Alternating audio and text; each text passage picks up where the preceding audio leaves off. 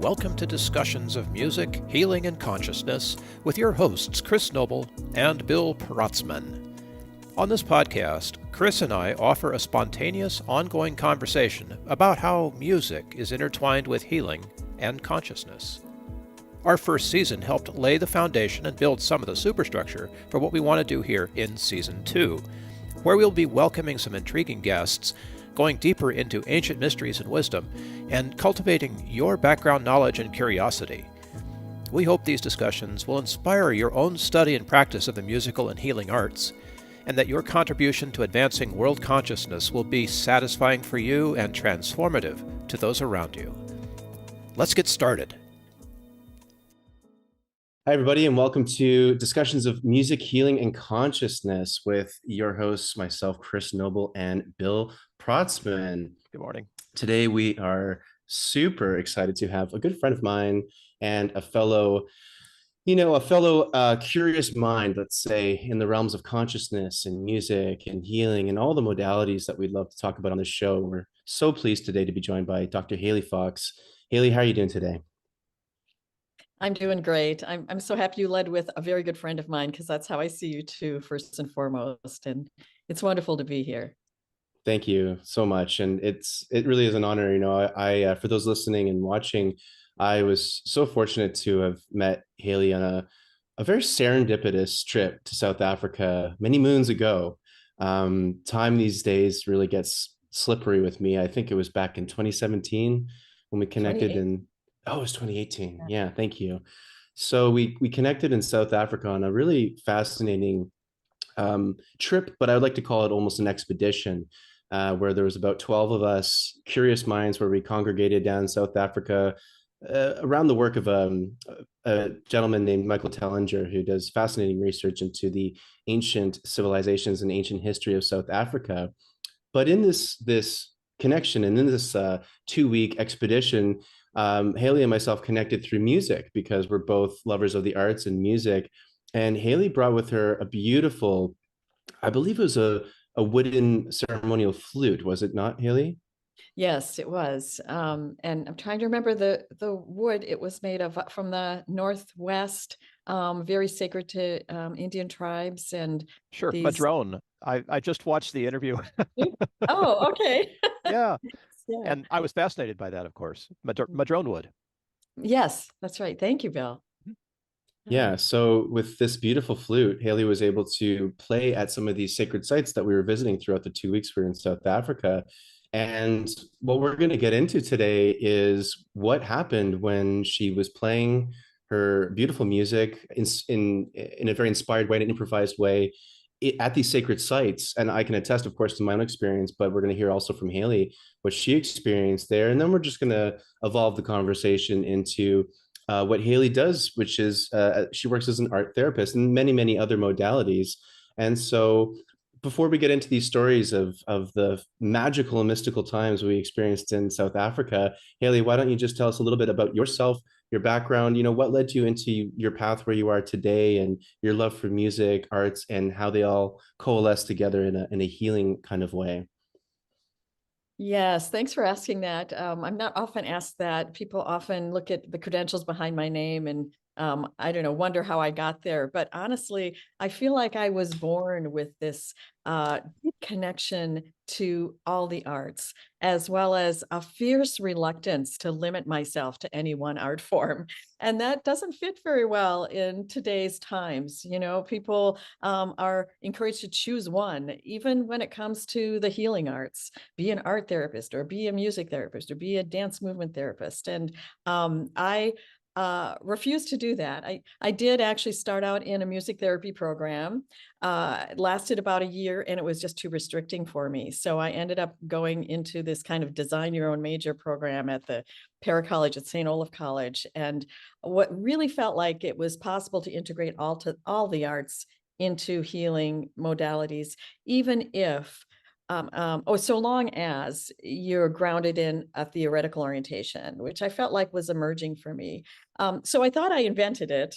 And then lo and behold, I discovered there were programs in a couple of different places around the United States at that time on integrating the arts into healing. Expressive arts therapy is the general term that's called right now.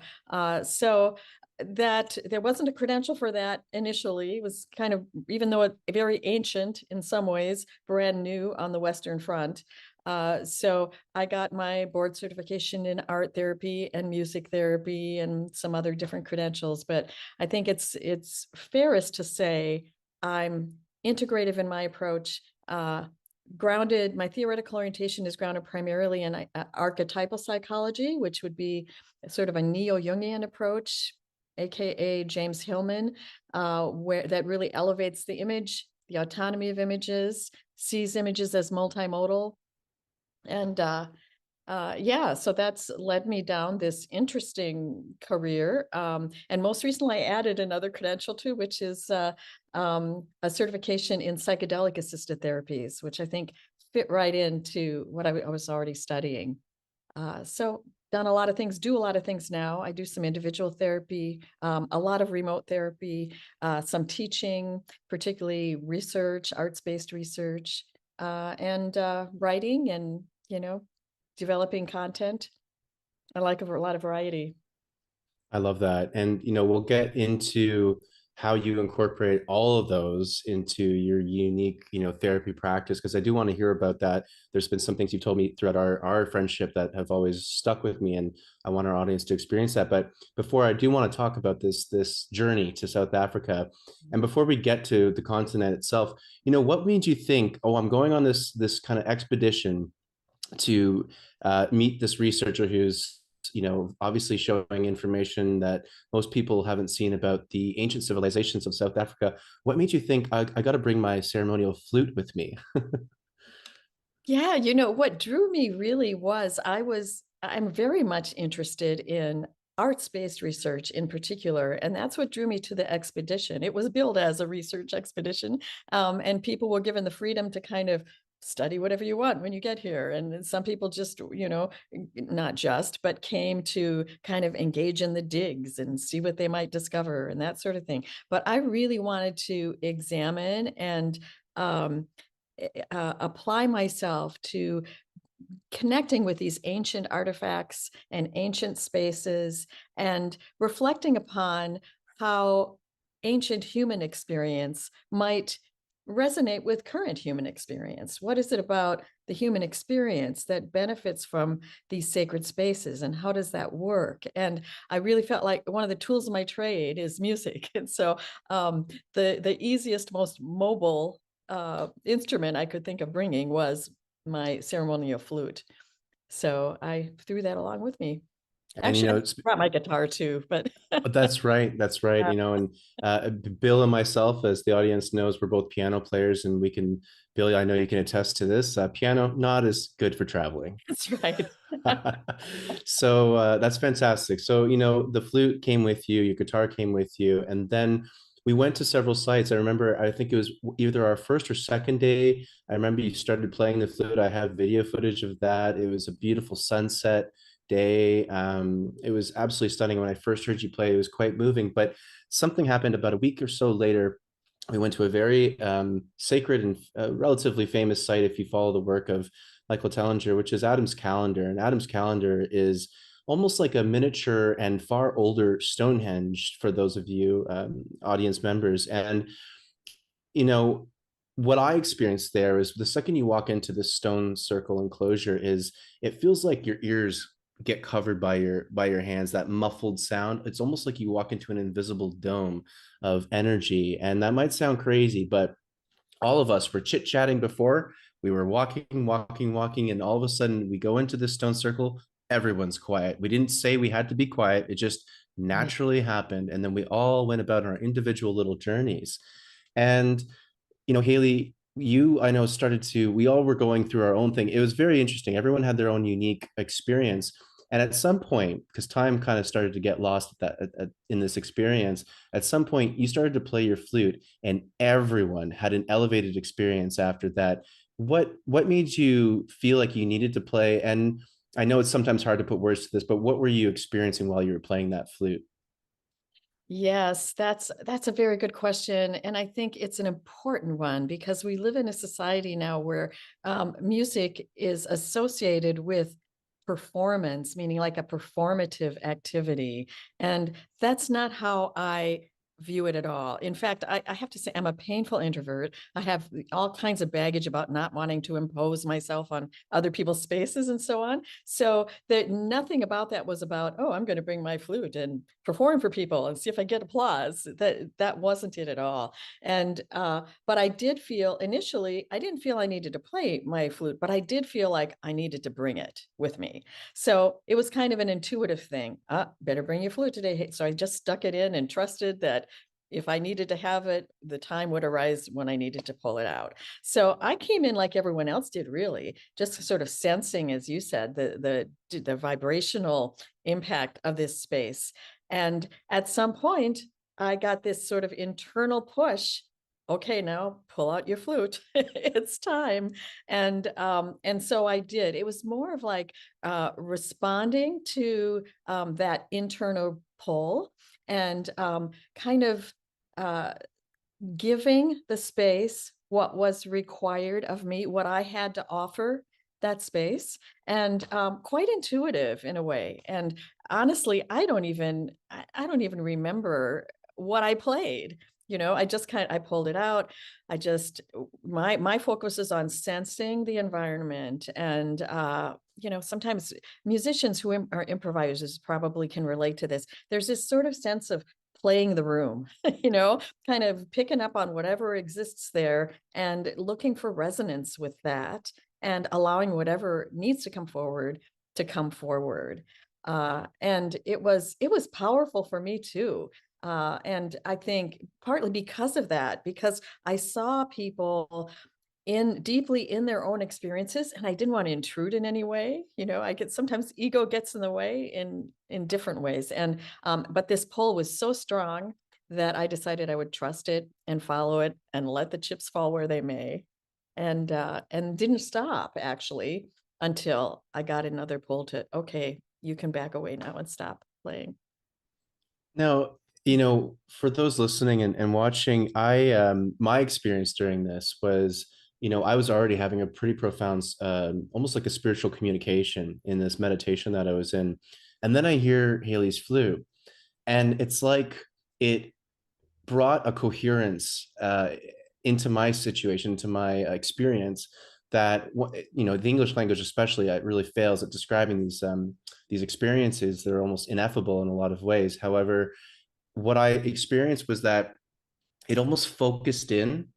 It felt like it focused in my experience and my communication that I was having on a spiritual level, and it heightened, and it made things even clearer.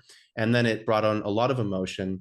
It brought in lots of things that came through after that. But your music really took my experience from one place, and then it brought it to another. And I know that it wouldn't have happened if it weren't for your music. So my question is, how has that maybe influenced your now newer study with psychedelics and bringing in the arts and music? Because as anyone who's experienced psychedelics, and Bill has done so many wonderful workshops and conferences that deal specifically with the psychedelic approach to healing and to therapy, anyone that's had these experiences knows that it is always heightened when you have music incorporated, and it's almost essential to incorporate it there. So do you find any of that experience that you had in South Africa has influenced some of the approach to psychedelic? And is it similar where you're kind of just reading the room when you're doing it?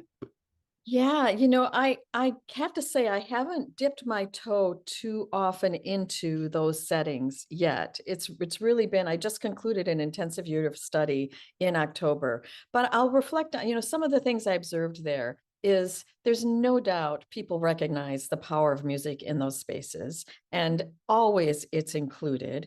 And there's quite a bit of time and attention that's been given to curating soundtracks and things that can really assist people in their experiences. And that's all well and good, and it all contributes to the field.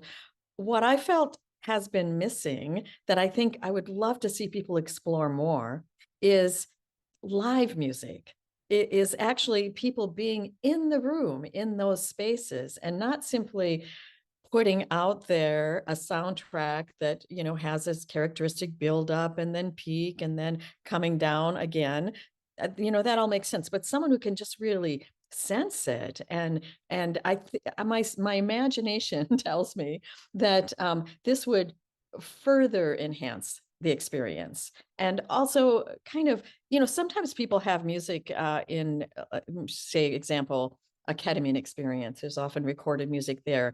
And they might at different times say, oh, I got to take off the headphones. This particular music is not enhancing my experience at all. And then they might continue their experience. And I think it's because there's no human connection there. So it's an area I think deserves more exploration and more talent, honestly. Most of the people engaged in these classes with me were really skilled therapists and not necessarily also musicians. So it's too much to expect that someone would bring all that to the table. But there's got to be a way that we can, maybe in collaborative arrangements, bring in very sensitive musicians to assist with that experience. And I think that could just have very,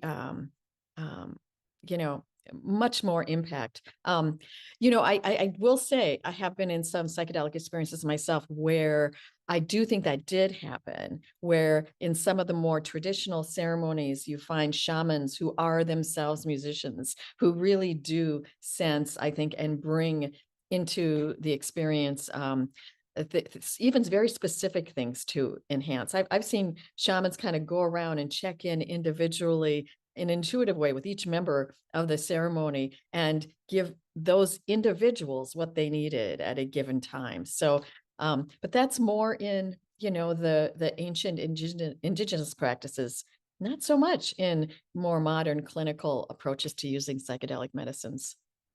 Yeah, and for some reason, I'm not completely surprised by that. Yes.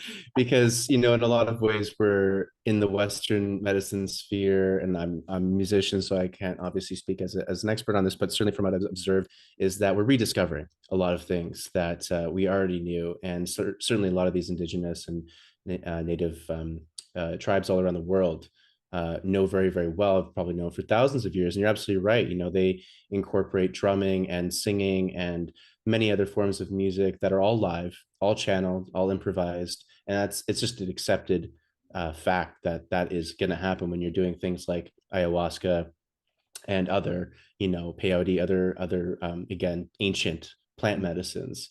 So, moving from the psychedelic realm for a second, I wanted to touch on something that I love what you said at the beginning, and it's something that I always try to encourage people to, which is with people who aren't musicians, which is most of the world, I would say, consider themselves not a trained professional musician.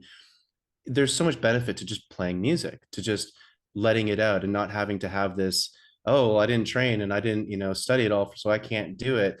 What have you had any experiences with your patients or clients, or just people in your life, where you've encouraged them to take on music in some way, or let's say art in general in some way? And have you seen, any benefits that have come from them just to express themselves through that modality? Yes, I'm so glad you brought that up, because I guess I'd like to go back and change what I said and say we're all musicians and we're all artists. It's part of the human experience. There's been a kind of elitism that has moved into our modern culture, that has led people to shy away from their own personal expression because they feel like they're not good enough, or I'm not an artist, and so on. So often those barriers need to be broken down in a therapeutic situation. Don't find them so much with young children.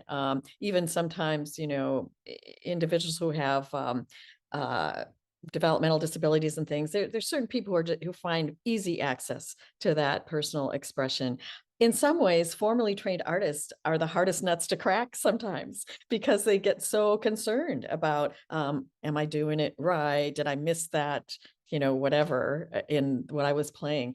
So I think that music is primal, and generating sound and movement and art making and so forth. And it's so important for our human experience, for growing, for being seen, for connecting with other people, and so on. So one of the strategies I use is I often like to play around with open tuning in instruments, so that someone, no matter what they play on a hand pan, for example, or an open tuned guitar, it's going to sound resonant to them. And so people can really let themselves loose with that. So there are strategies you can use. And yeah, I think it's all about play, and it's all about connecting with your humanity. And I think there's something to be gained for all people to find a form of expression they really resonate with, like, where they can, get their feelings out. You mentioned the word ineffable. And I've been thinking a lot about that word, ineffable experience. It's something that's a lot of people in the psychedelic field are thinking about, that, when people have a mystical experience, they might want to integrate it, but often it's ineffable. It's not something that's easy to put into words. That's why the arts exist, I think, is to help us give expression to the ineffable. And that's not only an issue in psychedelic experience, it's an issue in all human experience. Lots of our experiences are ineffable. So let's, paint it, or dance it, or create some, use our voice to express that thing. And other people can more deeply understand what you mean through those expressions sometimes than any awkward words you try to use to describe it. That's absolutely beautifully said. I couldn't agree more. And it reminds me of one of my friends in my 20s, when he was introducing me to some different psychedelics, and he would describe the effects without words. He would say, well, this one's more like a ooh, and then this one's more like a oh, kind of an effect. And honestly, we would always laugh at that. But I gotta say, to this day, he described it the best than anyone else who uses words, because it was the sounds that he just created with his own voice that honestly explain the ineffable. And that, you're absolutely right. I think that's brilliant. The arts are absolutely, and certainly in one aspect, and one major aspect, to try to bridge the gap from the ineffable to the tangible. And what a what a brilliant way to do that through any arts. And one a thing that you've told me, I think many years ago now, it stuck with me, which was, when you're doing art therapy, you when you're someone's expressing themselves through art, even if they think they're trying to be clever with something and skirt around the question or the issue, you can't really lie through art. You can't, there's always something, an essence of your soul and your being that comes through in any art form expression. And for yourself as an art therapist, how have you seen that transpire, and how do you work with that in your own practice? Yeah, I think the key there is that you're tapping into realities beyond your small ego existence, when you open yourself to the arts. So, when I'm stuck in this material realm with my limited language, and all of the baggage I have about things I'm insecure about and so on, I can lie a blue streak. I can, using my words, and sometimes you're very convincing about it. But there's no need to lie when you're tapped into sort of the divine within, because there's no insecurities there, and so on. And that divine essence, that transcendent I, that, the witness of all, for example, has a kind of an intention of its own. It really wants to come through us, wants to influence us, wants expression. And so, and it's so deep and connected to who we are, that you're not going to be able to stop it from coming through. And so I think one of the experiences, if I can just say it very briefly, that is a good illustration of that, is I remember doing an interview once with an Israeli artist who had these amazing paintings of a single fruit in the middle of a stark background, a peach and an avocado and other kinds of things that she would paint. And then she had a breakthrough in her art where she got really angry at one point and just started painting in crazy ways and saw, all of a sudden these images of female genitalia come out. But when she reflected, she said, you know what? It was the same image all the time. I see it in the avocado, I see it in the peach, and now it's like much more raw and accessible. And yet it was still trying to come out. Yeah. I've been busy producing here and taking notes and stuff, and I'm hearing something interesting as this goes by, which is in your experience. So how important are all the credentials when you weigh them against the actual experience? Like you just mentioned, this amazing artist who had a breakthrough. Credentials themselves, I don't put a lot of stock in those. I do think, though, however, there is great value, at least I value the education and the training I received that led to these credentials. And there's something, particularly as a therapist in modern society. Let me give this example. I did an exhibit at one point. I curated an exhibit for the Minnesota Sex Offender Program. These were all sexually violent predators who were civilly committed because post prison settings who were in treatment to try to address their sexually offending behaviors. And I incorporated lots of art therapy in the program that we did. I was clinical director at that time, and I had the job of curating an exhibit of their artwork. The space I used had two separate areas, and I had to decide, how am I going to divide up all this artwork into these two areas? And I decided to do it this way. I said, okay, so I'm going to let sort of the art as therapy, the people who just kind of independently did art, we'll put that all in this room. And the other room we'll use specifically for art that was created in the context of a therapeutic relationship with a credentialed art therapist. And I didn't really, it was kind of arbitrary. But walking around, I saw really, there was a great difference between those two spaces. And in the art as therapy, the kind of independently created art, I saw beautiful art, wonderfully executed and so forth, but more like the kind of art from that Israeli therapist, Israeli artist, that was a little more distanced from the images that wanted to come forward. And the other space was just much more raw and revealing and primal in some ways. And you could almost tell, oh yeah, this person's gone to some pretty deep places and done some deep work in this space.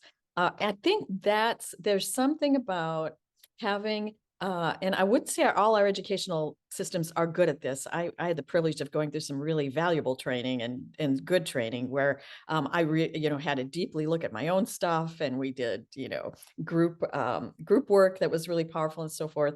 But with really good training, you learn how to contain and hold space for all kinds of difficult emotions and experiences and so forth. And that ability, which I think shamans also have, is essential to people feeling safe coming up with their stuff in the space. So there might be two avenues to it, but some kind of deep, exhaustive, self-reflective training is required, I think, to do this work really well. And some training programs, not many, my personal bias is I don't always see it in K-CREP programs, I have to say. And that has to do with, the requirements, the bureaucracy and so forth.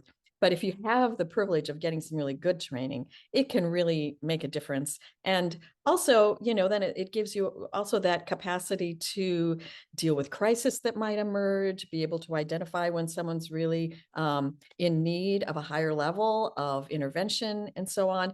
You don't necessarily have that as a layperson off the street. So yeah, that's kind of a both and answer, I guess, in a way. Well, it makes sense to me. It's experience. You need to experience a lot of this yourself in order to, of course, be able to hold that space and then also understand when your patients and people are doing what they're doing through the art and being able to interpret that, it makes a ton of sense, right? Rather than just learning the theories and the ideas of how to be a therapist, it's like, well, you got to do the work yourself, right? That's a big, And yeah. so, right, and kudos to you for doing all that, because it's obviously showing up. And the impact that I just had when we experienced that in South Africa was case and proof enough for me. To kind of conclude things here, I would love to maybe ask you if we could give our audience some simple little takeaways today, for, like we touched on before, how you like to offer open tuning of a guitar or get someone to play the handpan. These little things that we can invite non-musicians, which is 99% of the world, to incorporate into their day-to-day life, that can add some beauty, but also some expression. And honestly, for me, it's always like I feel like a weight is lifted off me after I've played my piano. Like I could feel a physical lightness to my day after playing an instrument, playing music, or expressing myself through visual art. Or honestly, I'm really getting and falling in love with dance more and more these days. I love just doing a silly little dance in the kitchen in the morning. Mm. Anything like that you want to part onto our audience before we conclude? Yeah, I think one of the most important takeaways, and I wish I'd said it sooner, is that the art is the therapist at the end of the day. And that's why, art therapists don't own art, music therapists don't own music. It's accessible and available to everyone. So I would encourage just a kind of a playful attitude. And if you're drawn to something, then go with it. And, you can play on your own, you can play with other people, but just experiment and open a door so that art can enter into your experience, and trust that it's going to bring you something special, something valuable, something that's really going to enrich your life. So yeah, that attitude of playfulness, I do think that it's particularly for people who are, suffering in some ways or feeling constrained or so forth.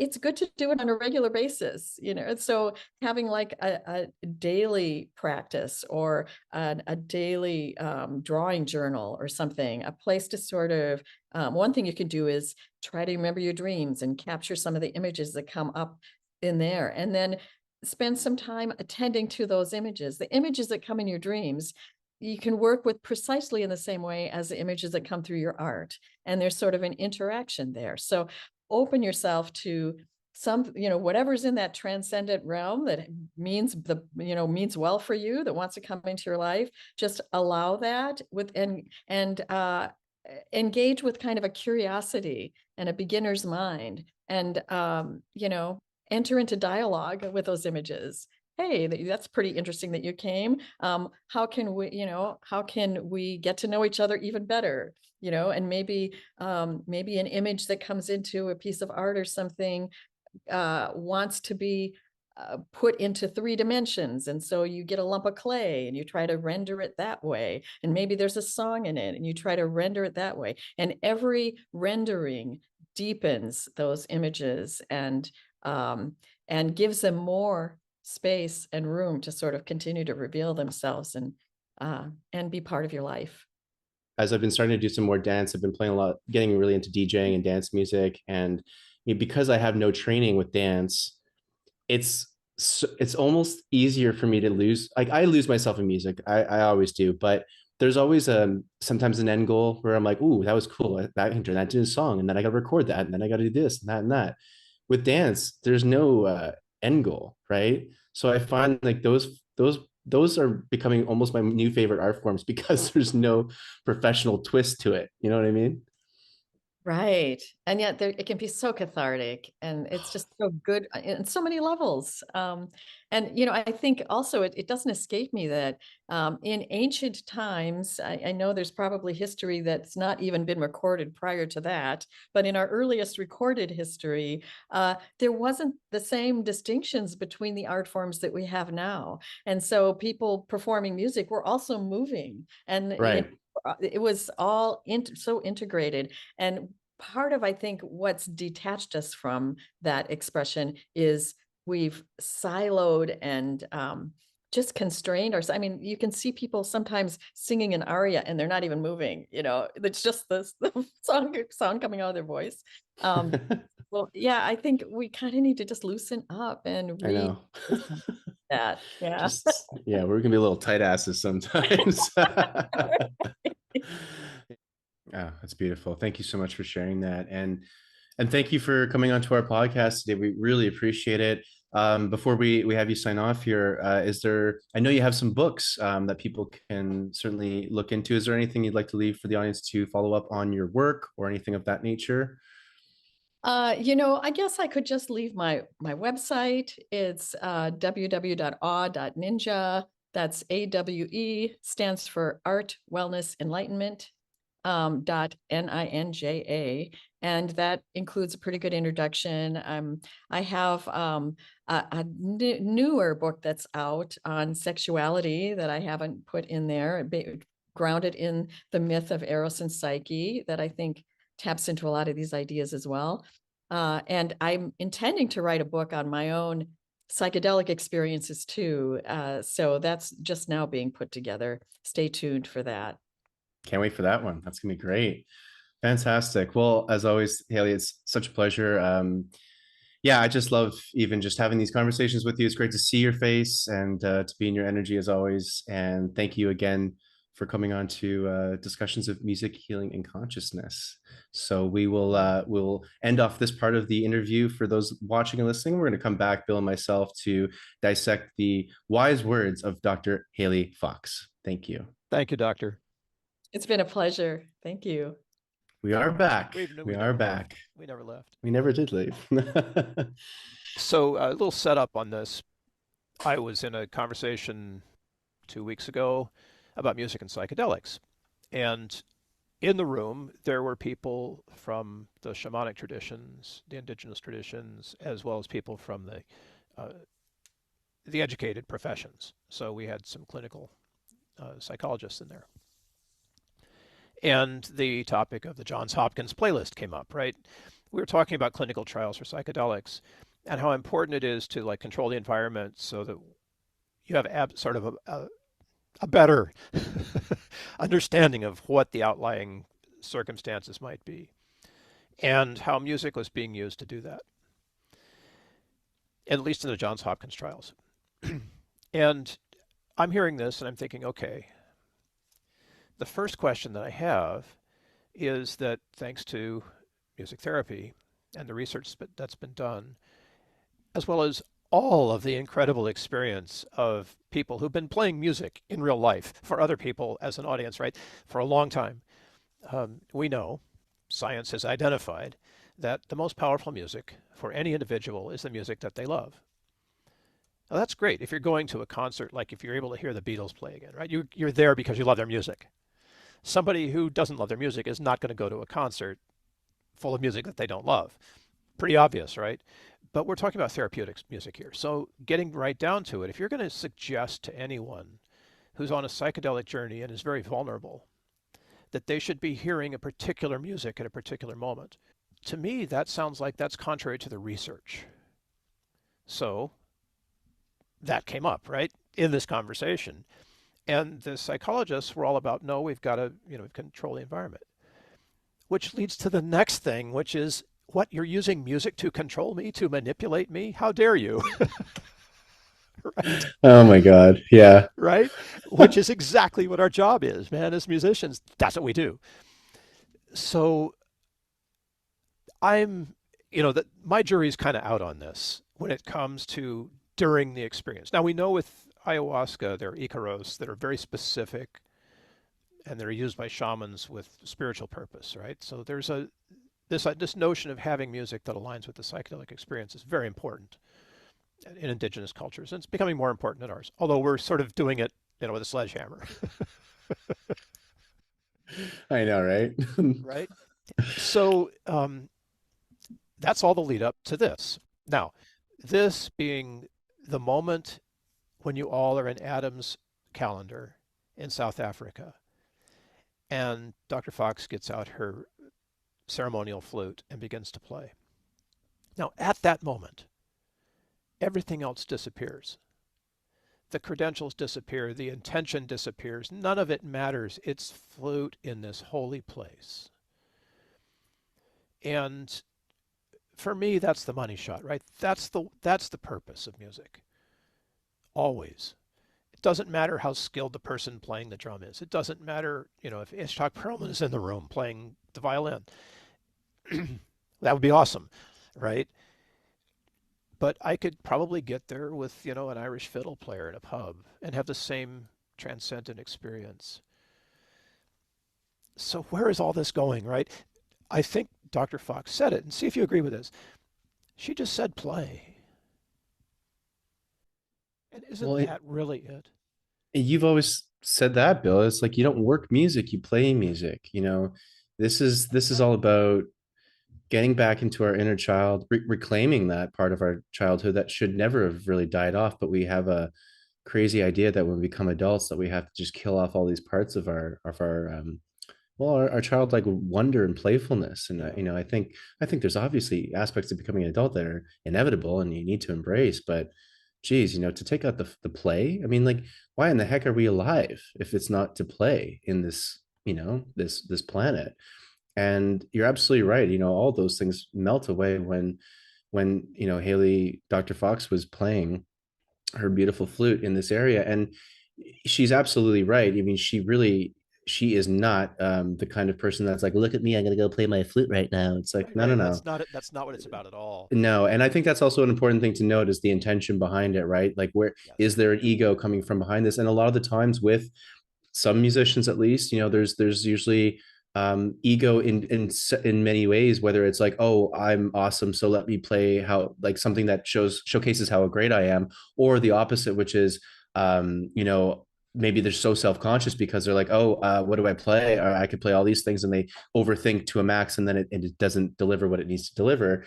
Regardless, there's the real takeaway is that it's like letting all that stuff dissolve and just let it out. And as Dr. Fox said, everyone's a musician, everyone's an artist, and we need to embrace this side of this. It's a creative side. I have a lot of friends that work in finance or engineers or something, and they know I'm a musician. They're like, Chris, I'm just not a creative guy. That's just not why I couldn't have done that, because I'm just not creative. I'm like, that's BS, man. That's BS. Yeah. We're all creative. We're all creative. You're creative. You kidding? An engineer, finance, that all takes creativity. It's just different types of creativity, but we're still using your right brain. And even forgetting the profession side of it, as human beings, we are absolutely creative. It's one of our defining differences that makes us human, is our creativity. I mean, Yeah. that's innate in all of us. So I think it's so important that we don't lose that, right? I think that this is something like a message for those watching and listening. It's like we really need to bring back this play. Let's stop overthinking it. Just pick up an instrument, pick up a harmonica and blow into it. Breathe. Like, slap around a handpan. You're not going to hit a wrong note. It's just play. I wonder sometimes of how much of credentialed therapy is about pulling off all of the masks that prevent us from being able to play. We talk about inner child work and shadow work and stuff like this. The baby doesn't understand shadow work, and yes, it's completely integrated. And if it had the ability to do something other than vocalize, it might do some really amazing things, as we've seen with some of these young kids, prodigious talent that exists, painting and performing music and dance and things like that are incredible. And yet our entire education system is focused on something else, you know. We And over intellectualize these things, I oh my think. gosh, yeah, and I feel a great sadness about that, Chris. We work so hard on these things that are so apparently useful to us, and yet all we can do at the end of the day with technology is repeat. We don't innovate, we don't create. The real ideas that we need don't come from machines. And I think the real healing that we need is also not going to come from clinical protocols and whatever else. I mean, those things exist to help clinicians. They don't exist to help patients. especially in the psychedelic realm, because when we were talking about them, I mean, we're using the word ineffable all the time because it is ineffable. How do you write a structured, rubric and protocol system for something that is so unique and specific and to the individual? Yeah. And like you said with the music, right? Like it's the shaman would be coming around. Yes, they're using the same instrument perhaps with everybody, but they're playing it differently for the different people. They're reading the room, they're reading the energy of everyone, and everyone's different, so they all need a slightly different approach. You can't, this idea of a curated playlist, don't get me wrong, I mean, there's absolutely, it's certainly better than nothing, I would say. And it's in certain circumstances you're not going to be able to have a live musician or shaman with you. Okay, great, that let's bring in the playlist. But even then, is it really that, do you really need that? Or as you said at the beginning of the second half of this podcast here, is it just about listening to the music you love? Is that more And powerful? if you love it, it's in there anyway. So not hearing it, like audibly, you could still have the effect. Like just remember the music, and you're going to have that effect. I love what Haley suggested about using music or using art, but let's stay with music because that's what we're about here. But using music as a way of recapturing and integrating post journey. I've been doing that most of my life. There's things that are ineffable. You can't explain. Something happened, it was profound, and music is the way that you explain it or integrate it, perhaps. I mean, I You're feel a right. certain integration with music where I feel consciously, bodily, I feel it coming in and minding me in a way that words don't. It's like it's a sonic like a sonic integration, Yeah, yeah. you're Yeah, you right. get there through the eardrums or whatever, feeling the vibrations, but something inside you responds to that. And Well, it's also like, are you going to intellectualize the experience again after it's all happened, where you sit down, and again, there's nothing wrong with sitting down and trying to write these yeah, things out, like journal or whatever. journal, that's great, like do that too, of course. But or and something, let's just use music as the artistic example, but of course this could go far beyond just music, is that equally as important as a part of the integration, because now you can integrate the things you can't put into words. You can't journal all the things you experienced Yeah. and that you, I think, that you felt too. It's a lot of it, like, what did you feel in this experience? There's lots of things that you experienced and that you thought in the experience, but just as much as that, you feel all of these things in the experience. So how do you integrate the feelings? I don't know whether I want to call it a cure or not, but when you hear about people whose post-traumatic stress or alcoholism is completely blown away by a psychedelic experience, isn't that in fact a form of integration? Where something that was important to you, alcohol, after the psychedelic experience, all of a sudden loses its importance and the need for it disappears as you've integrated what you now know of yourself in that psychedelic way that is ineffable. And yet here we have science trying to explain, well, this because of this and because of that, and these actually whatever and neuroscience gets involved, and pretty soon it's like this whole jumble of stuff explaining what happened. Who cares? It happened. Do more of that. It's like we've got to focus on the results a bit more than the whole process, and how do we dissect and replicate that result. And I know Right. that's how we work with science, and Right. that's the beauty of science. And we're both lovers of science here. We appreciate that, understand that, Yeah. and this is where science just, I don't think it can properly It completely falls this. apart. Well, because now we're getting into the bridge of science and spirituality, and Right. just like the physical and the non-physical. And I think, why not have both then? Like, so you have the intellectualizing integration method of, like, let's say journaling or talking it through, which is very valid. I've Oh, done it sure. many Yeah. times, and I need that. It's important. And what else are we doing to integrate that, experience, that psychedelic experience, or just that, whatever it was, mystical experience, that you don't even need psychedelics necessarily to have a profound experience, but to integrate it?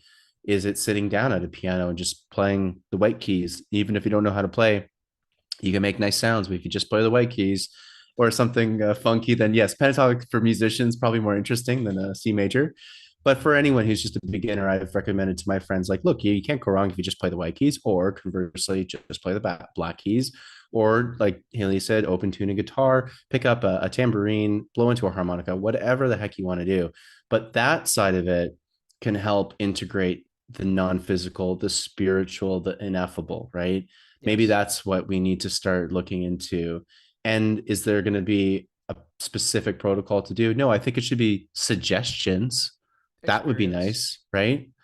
But yeah, this is where science, I'm like, are they ever going to find the perfect magic bullet, the perfect formula for this? I don't think so. It's It's individual. there's a lot that science can learn from, particularly from the performing arts in this, because in the performance, it's all about creating the container. How the audience responds to that is completely individual. And rather than trying to control the response of everyone in the room so that you get a 90% response based on what you did on stage, the more skillful way is to treat the experience ceremonially and allow everyone to have their own response. And I laugh about this all the time. You know, go to the symphony, you'll see a bunch of people falling asleep. A bunch of people are following along intently. It's okay. It's all a response. It's not like anybody failed to attend the symphony. They were there. And whether you're awake or asleep, the music gets into you at the level that you're ready to receive. And maybe it makes a change for you. Maybe you have the most profound 5 minutes of rest that you've had in your entire week during that concert. Take the same, it goes the same for a rave. Some people are going to just have an incredible experience at a rave, some aren't. Okay, doesn't mean the rave was bad, but the intention was there, right? And where science has a lot of trouble is with intention, because it's one of the most powerful flipping things that we can bring to an experience. You can show up resistant, and that's going to be a completely different kind of intention than if you show up open, right? Just so, you know, careful of your intention when you're involved in something.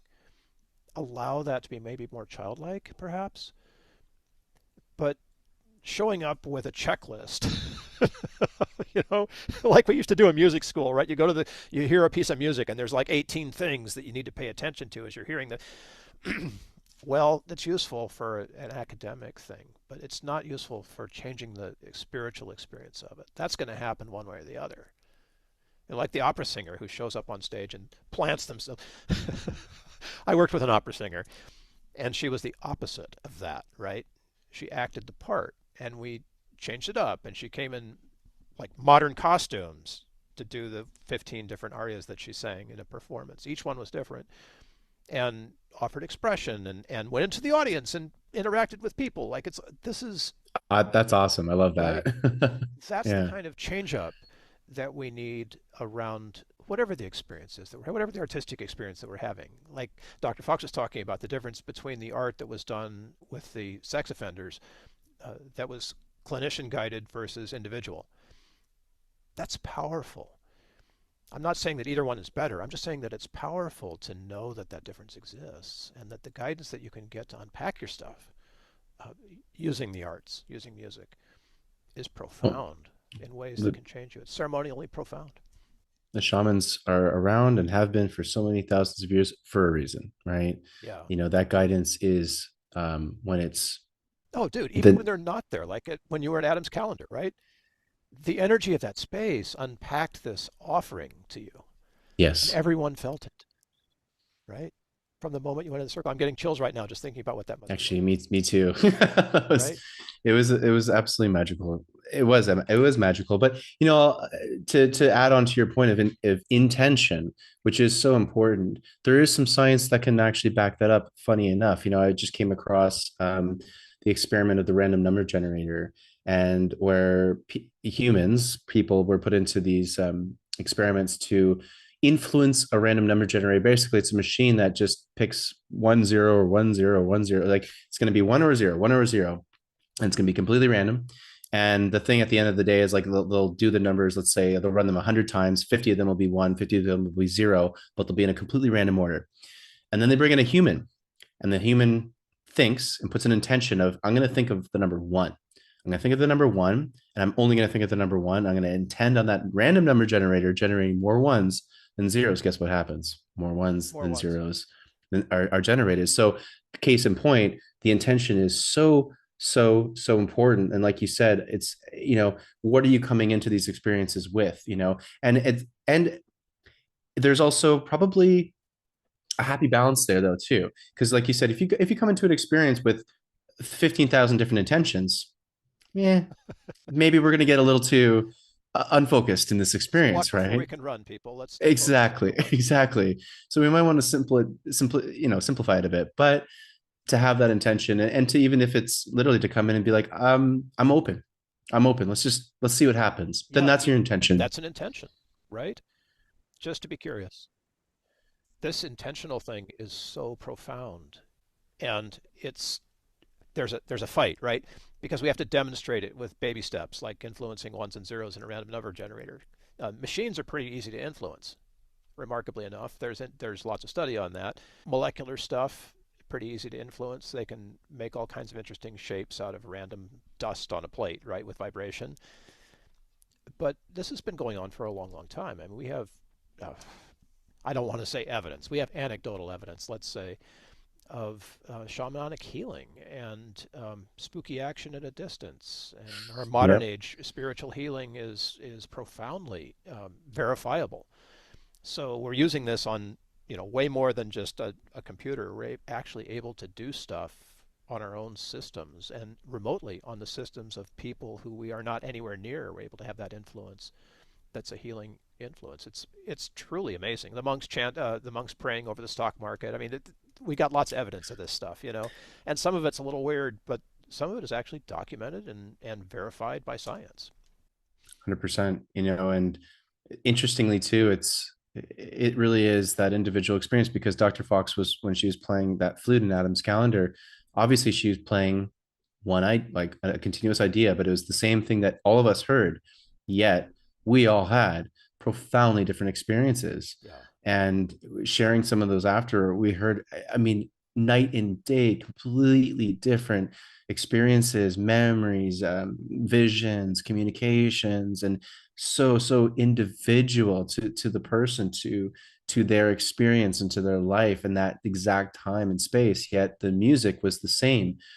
It just always goes back to, one, that it is very individual. So this whole one size fits all approach to anything, I think when we look at the arts and the music therapies and the psychedelic therapies, I don't think there is a one size fits all.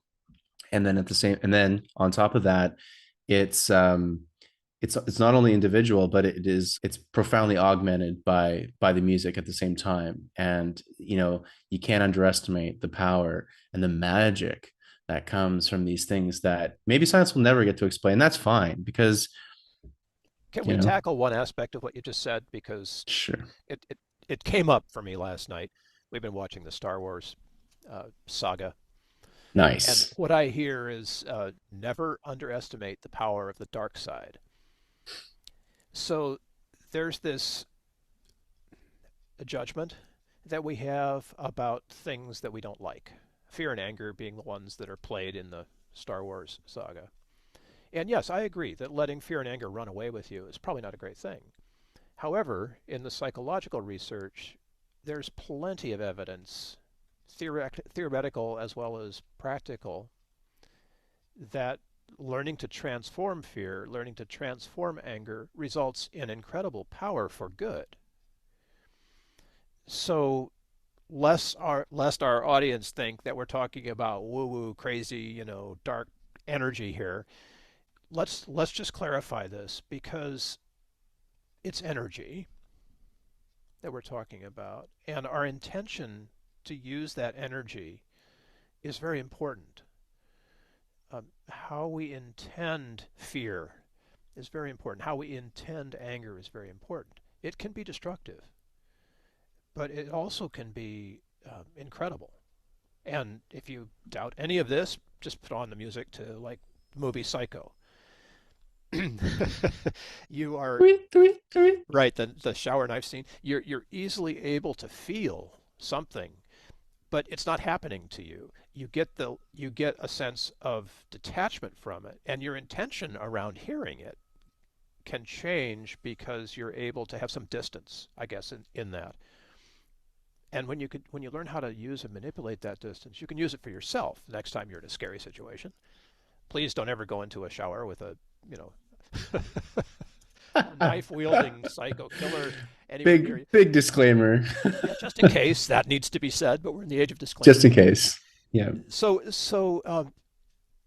And I know there are people out there that just have a fear of psychedelics, and it's a valid one. If you haven't experienced it, right, it's important. They're powerful. They're Respect powerful. those medicines for sure. And in our own world, there are people who have a fear of like death metal. There's music genres of music that just make people uncomfortable. Some of that music might be related to shamanic ritual when it comes to psychedelics. Some of it might be just what you hear, in the world these days. There's a lot of fear of rap out there. So how do we address the healing power of this music in a skillful way that lets us sort of change it, refocus our intention around the music? You know what I'm saying? As a tool, how do we offer that to people? That's a great question, right? And I think that's kind of like the pursuit. Certainly for I would imagine for the whole area of music therapy, is how can we use this massive array of genres of music, experiences of music, performances of music, all these different things. How can we use those to, in a way, like alchemize all the sides of ourselves? Yes, Positive absolutely. emotions are easy, right? But negative emotions are just as important because they tell us a lot about what's going on, within us. And it's like a GPS system, even though they're a lot harder to look at when you can get more accustomed to looking at your shadow self, right? If you're looking about like Carl Jung, or just the dark side, like Star Wars, it's really powerful to get more familiar with that part of yourself, and maybe using music might be a great tool to start tiptoeing into that area. You don't have to jump headfirst in, and maybe you do if you want, if you're that kind of person too. I kind of usually am like that, but um, however you want to get into it, music could be a wonderful tool to help you do that. So if there is a type of music that really sets you on edge, maybe test that out and see, like, well, why does heavy metal, punk, death metal, or I don't know, jazz maybe can really rub some people the wrong way for a lot of different reasons, classical music for that matter, whatever it is, maybe experiment with that. See why is it doing that, and why is it bringing up these, let's say, darker parts of yourself? Because there's information there. It's not just happening for no reason whatsoever.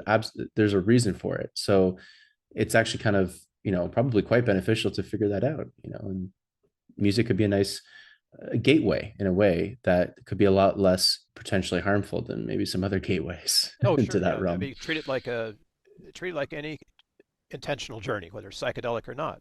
Listen to an entire Mahler symphony, whatever does it, and then journal Mm. and see what came out of that for you. Or if you happen to be working with a therapist, ask for guidance on this, right?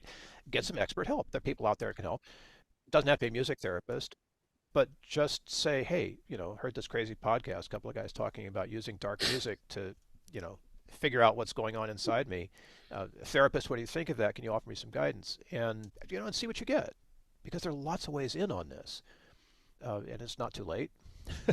There's, And it's not too late. And I'm just going to add on to that, Bill. Like, you gave me an idea. It's like you can also use the opposite with music too, to go into some scary areas of your psyche and of your memories and traumas and all that stuff. You can use really soothing music that can act as like a big hug, a warm blanket there of you go. Yes. sound Hmm. to really ease you in, like a hot bath, and just allow yourself that safety in a sonic kind of way. Music can make you feel very safe, especially depending on the music. And you, the audience, would know that far better than Bill or myself what would work. We could give you some general ideas, but like we've been saying, it's so individual. So what songs and what music will bring you a lot of peace and comfort. So maybe sometimes if you're going to go into these darker areas of yourself, and we all should, it's really important work to do. Shadow work's phenomenal, and actually that darkness is where a lot of power lies for ourselves. And when you can alchemize that, whew, look out, you're a force to be reckoned with. And yeah, maybe use music as that yeah, that like not that life jacket, but the like a nice bath. I'll go back to the warm bath Yeah, I like analogy, that. just So soak into it. you're suggesting in a way then to program your intention in a playlist. Like set up your playlist with some dark stuff that you want to process, and then follow that with some light stuff, the stuff that gets you back, brings you back to ground, Yeah. lets you re-inhabit the you that you love, right? Mm-hmm. And and just see where that goes. I'm not a therapist. Happen to be a musician who has programmed concerts this way for over 50 years now. So does it work? Well, it's a great ride, but your experience is your experience, and it's going to be different than mine, right? Yeah. Even as good a job as Chris and I try to do to manipulate the audience, right? Uh, it's still personal for you, and thankfully, there's so much music available right now that it's easy to do this. And whether you use YouTube or whatever Google does, whatever Apple has, Spotify, it doesn't matter.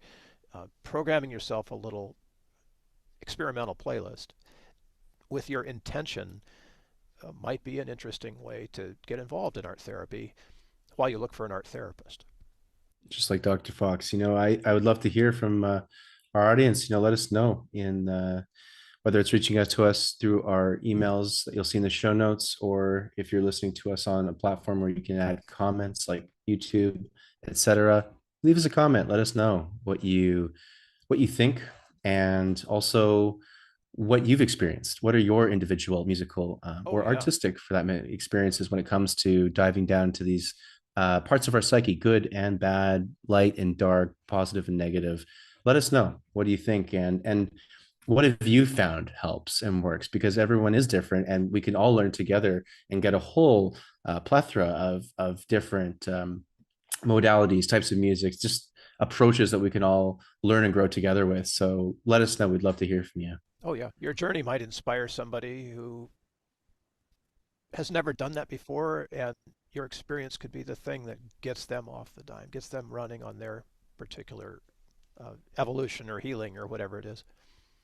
Yep. You have no idea the impact we all make just by literally living and breathing on this planet. We don't have to be billionaires to change the world, or influencers, celebrities. Like literally our, as cheesy as this sounds, but our frequency and our vibration is more than enough. It ripples outwards just like dropping a pebble in a pond. And your little bits of experience that you can share with us could really make a huge difference for somebody else halfway across the world. You never know. So yeah, let us know. And thank you for joining us today on this exciting podcast. That we'll be doing more of these interviews as we progress here with the podcast of discussions of music, healing, and consciousness. And Bill, I just want to say thanks for being on this crazy and beautiful ride with me on this You bet. podcast. It's been a real Yeah, pleasure, my friend. It's been a real likewise.